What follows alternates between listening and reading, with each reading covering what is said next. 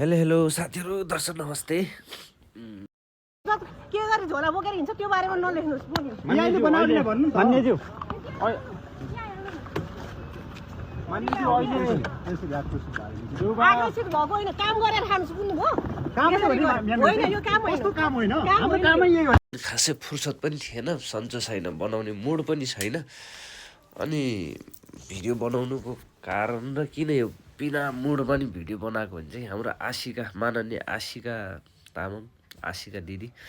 अनि तपाईँले त त्यो पत्रकार साथीहरूले चाहिँ तपाईँलाई सामान्य क्वेसनहरू सोद्धाखेरि आफ्नो काम गर्नु होइन, झर्की फर्की त्यो अलि तपाईँ नमाननीय हुने बेला नि तपाईँलाई त जनताले साथ दियो भने तपाईँ पनि कहाँ गयो यसो जस्तो छैन क्या।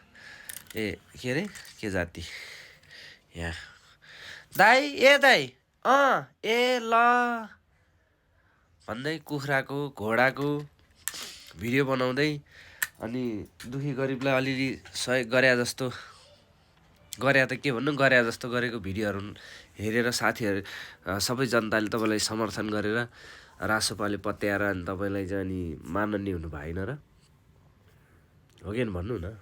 चित्त नबुझेको त सबैले सोध्न पाउँछ। त्यही माथि उहाँहरू त भनौँ न सूचना विभागबाट आधिकारिक पेसेवर उहाँहरू त पेसागत रूपले नै प्रश्न सोध्ने हो नि त। त्यसरी अलिकति नबोलिदिनु भए राम्रो हुन्थ्यो। मलाई चित्त नबुझेको कुरो साथीहरूलाई कस्तो लागेको नि। अलि आशिका दिदीले चाहिँ तपाईँ भनौँ न अब जनता घर दैलो कार्यक्रममा रहे यस्तो उस्तो रे अङ्गाल हालेर रुनुहुन्छ अरे रोइहाल्छ नि, तपाईँ पनि रुनुहुन्थ्यो नि होइन। अलि माननीय भइसकेपछि अलि जनताको मुद्दाहरू बोल्नु पऱ्यो, सोधेको प्रश्नको चाहिँ प्रश्न उत्तर दिनु पऱ्यो। हाम्रो तपाईँकै राजसभाको चाहिँ साथी हुनुहुन्छ त हाम्रो आदरणीय खगेन्द्र सुनार दाई, त्यस्तो प्रष्ट वक्ता हुनु पऱ्यो क्या। जनतालाई चित्त बुझ्ने पहिला नि यस्तो थियो अहिले पनि यस्तो छ भन्ने खालको हुनु पऱ्यो क्या। मलाई चित्त नबुझेको है दिदी।